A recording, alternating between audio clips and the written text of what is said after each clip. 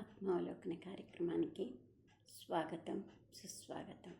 యథావిధిగా ఒక మంచి మాట చెప్పుకోవడం మన ఆనవాయితీ. దాంట్లో భాగంగా ఈరోజు లౌక్యం, నిజాయితీతో పాటు లౌక్యం అవసరం.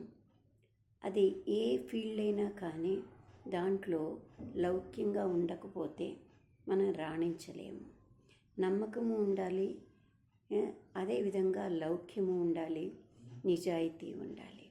అలా ఉన్నప్పుడు మనం ఏ ఫీల్డ్లో ఉన్నా కూడా కొద్దిగా కష్టపడవచ్చు, కొన్నిసార్లు నమ్మించలేకపోవచ్చు ఎవరిని, కానీ మన మనస్సును మాత్రం ఎప్పుడూ ప్యూర్గా ఉంచుకోగలుగుతాం. అంటే ఎవరికి జవాబుదారీతనంగా ఉండక్కర్లేదు.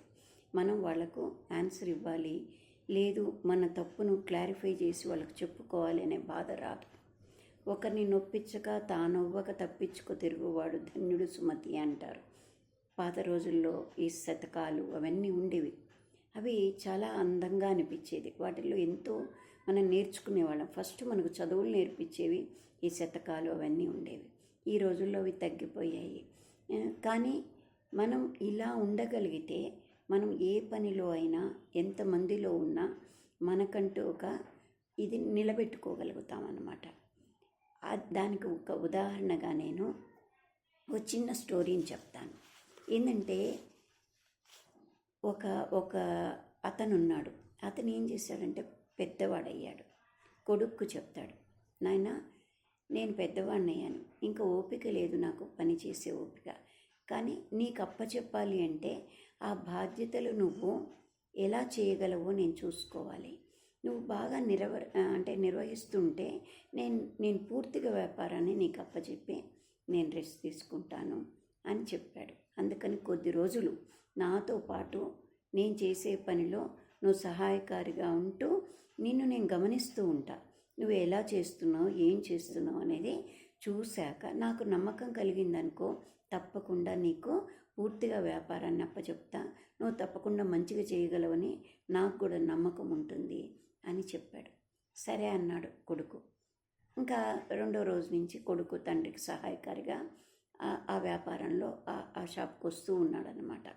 వాళ్ళది ఒక బొమ్మలు ఉన్నాయి, చాలా బొమ్మల వ్యాపారం అనమాట. ఆ బొమ్మలు ఉంటే ఆ బొమ్మల్లో ఒకళ్ళు వచ్చారు బొమ్మ కొనుక్కోవాలని వస్తే ఈ నాన్నేమో గమనిస్తూ ఉన్నాడు కొడుకుని, ఎలా డీల్ చేస్తాడు, వచ్చిన కస్టమర్ని ఎలా మెప్పిస్తాడు అని చూస్తూ ఉన్నాడు. ఈ అబ్బాయిని అడిగాడు ఒక అతను వచ్చి, బాబు ఈ కుందేలు బొమ్మ కావాలి నాకు, ఇది ఇస్తావా అని అడిగాడు.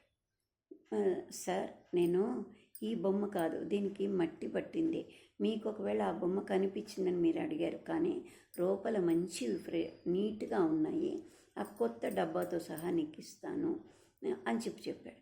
అనేటోటికి ఆ కస్టమరు కన్విన్స్ అయ్యాడనమాట. అరే ఈ బాబు ఎంత చక్కగా చెప్తున్నాడు, ఇది మట్టింది అని ఇది ఇవ్వకుండా వేరేది ఇచ్చాడు, సరే అని చెప్పేసి తీసుకున్నాడు అనమాట. తీసుకొని ఆ చెప్పడంలో అతనికి తృప్తి కలిగింది. ఏదైనా కావాలంటే మీ షాప్కే వస్తాను అని చెప్పి వెళ్ళిపోయాడు అతను. ఈసారి వేరే కస్టమర్లు ముగ్గురు వచ్చారనమాట. ముగ్గురు వచ్చి ఇవి కావాలి, ఒకే వస్తువు, ముగ్గురు అడిగారు. అందరూ అదే వస్తువు అడుగుతుంటే అది ఎంత రేటు అని అడిగితే 260 రూపాయలు అని చెప్పాడు. అనేటోటికి దాంట్లో వచ్చిన వాళ్ళలో ఒక అతను వీళ్ళకు బంధువు లాంటి వాడు ఉన్నాడు. ఆ బంధువు ఉండేటోటికి ఇప్పుడు అతను అన్నాడు, ఏదన్నా కొంచెం తగ్గిస్తే తీసుకుంటానని అడిగాడు. ఇప్పుడు వచ్చిన కస్టమర్ని పంపించకూడదు, కానీ పక్క వాళ్ళని నొప్పి పెట్టకూడదు. ఎలా అని ఆలోచించాడు ఈ అబ్బాయి. ఆలోచించి వెంటనే అన్నాడు, వాళ్ళ బంధువు ఆయనతో అన్నాడనమాట, బాబాయ్ గారు మీకు ఇదివరకు నేను 40 రూపాయలు మీకు ఇవ్వాలి కదా, ఆ 40 పట్టుకొని మరి 220 ఇవ్వండి, దాని కాస్ట్ 260, అందుకని 220 ఇవ్వండి, 40 మీకు ఇవ్వాలి కదా అని అన్నాడు. అనేటోటికి అతను అర్థమైంది అతనికి, ఈ అబ్బాయి సంగతి అతనికి తెలుసు. ఓహో అనుకున్నాడు, అతను తీసుకొని వెళ్ళిపోయాడు. ఇంకా మిగతా వాళ్ళు 260 ఇచ్చారు, ఆ వస్తువు పట్టుకొని పోయినారు ఇద్దరు. తర్వాత వాళ్ళ నాన్న అన్నాడు, ఏందిరా 40 రూపాయలు ఇవ్వాలన్నావు, అతనికి 40 ఇవ్వక్కర్లేదు కదా, మనం ఎందుకు ఇవ్వాలి, నువ్వు ఇవ్వాలన్నా ఏమన్నా అని అడిగాడు. లేదు నాన్న, కాకపోతే బంధువు ఆయన తగ్గి అని అడిగారు. అడిగినప్పుడు నేను కాదు అంటే అతను నొచ్చుకుంటాడు. లేదు, తగ్గిస్తే వీళ్ళకు తగ్గియాల, మనం నష్టపోతాం. ఇప్పుడు అలా కాకుండా ఇలా అన్నాను అనుకో, పక్క వాళ్లకు నేను ఆయనకు తగ్గిలేదు వీళ్ళకు తగ్గిలేదు అనుకుంటారు. ఆయనకేమో 40 తగ్గించినట్టు అవుతుంది, మొత్తం మనం నష్టపోకుండా ఉంటుంది.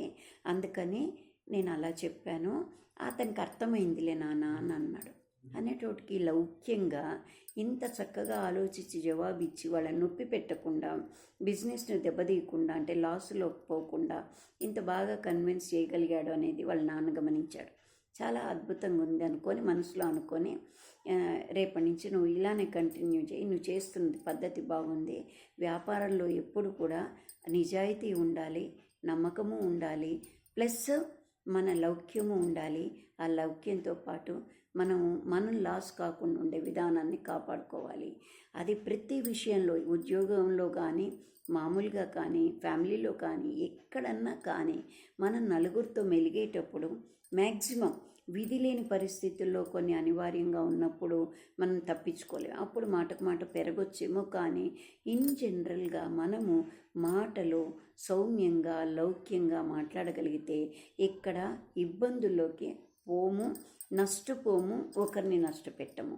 మ్యాక్సిమం అలా చేయగలిగితే ఎక్కడైనా మనం ఎంతమందిలో ఉన్నా మనకంటూ మనకొక ఇది ఉంటుంది. ఈరోజు మనకు పెరగకపోవచ్చు, మనం అతిగా ఏదో గొప్పవాళ్ళం అయిపోకపోవచ్చు, కానీ అదే గుడ్ విల్ అంటుంటారు. అది వ్యాపారంలో అయినా, మనకు పర్సనల్గా అయినా పలానా వ్యక్తి ఇలాంటి వాడు అనే ఒక బ్రాండ్ పడింది అనుకోండి, అతన్ని ఎప్పుడు అలానే చూస్తారు, వేరుగా అనిపించడు. అలానే ఒక వ్యాపారమైన ఒక ఏది చేసినా దాంట్లో మనకు లౌక్యం అనేది చాలా అవసరం అవుతుంటుంది. ఇలాంటివి కొల్లలు ఉంటాయి. కష్టం ఉండాలి, హార్డ్ వర్క్ ఉండాలి, ప్లస్ నమ్మకం ఉండాలి, లౌక్యం ఉండాలి, ఆలోచించుకోవాలి. ఇవన్నీ చేయగలి మనం నష్టపోకుండా ఉండాలి. ఒక రోజుది కాదు, ఏదైనా లైఫ్ ప్రయాణమైనా, వ్యాపారంలో అయినా, ఎక్కడైనా సరే ఒక రోజుతో సాగదు కాబట్టి మనం జాగ్రత్త వహించడం అనేది ఎప్పటికీ ఇబ్బంది లేని ప్రయాణంగా ఉంటుంది. అందుకని లౌక్యంగా ఆలోచిద్దాము. మనస్సును మనం కష్టపెట్టుకోకుండా, ఒకరిని కష్టపెట్టకుండా మనం అలా ఆలోచించుకునే వేలో ఉందామని కోరుకుంటూ, థ్యాంక్ యూ. Like, subscribe.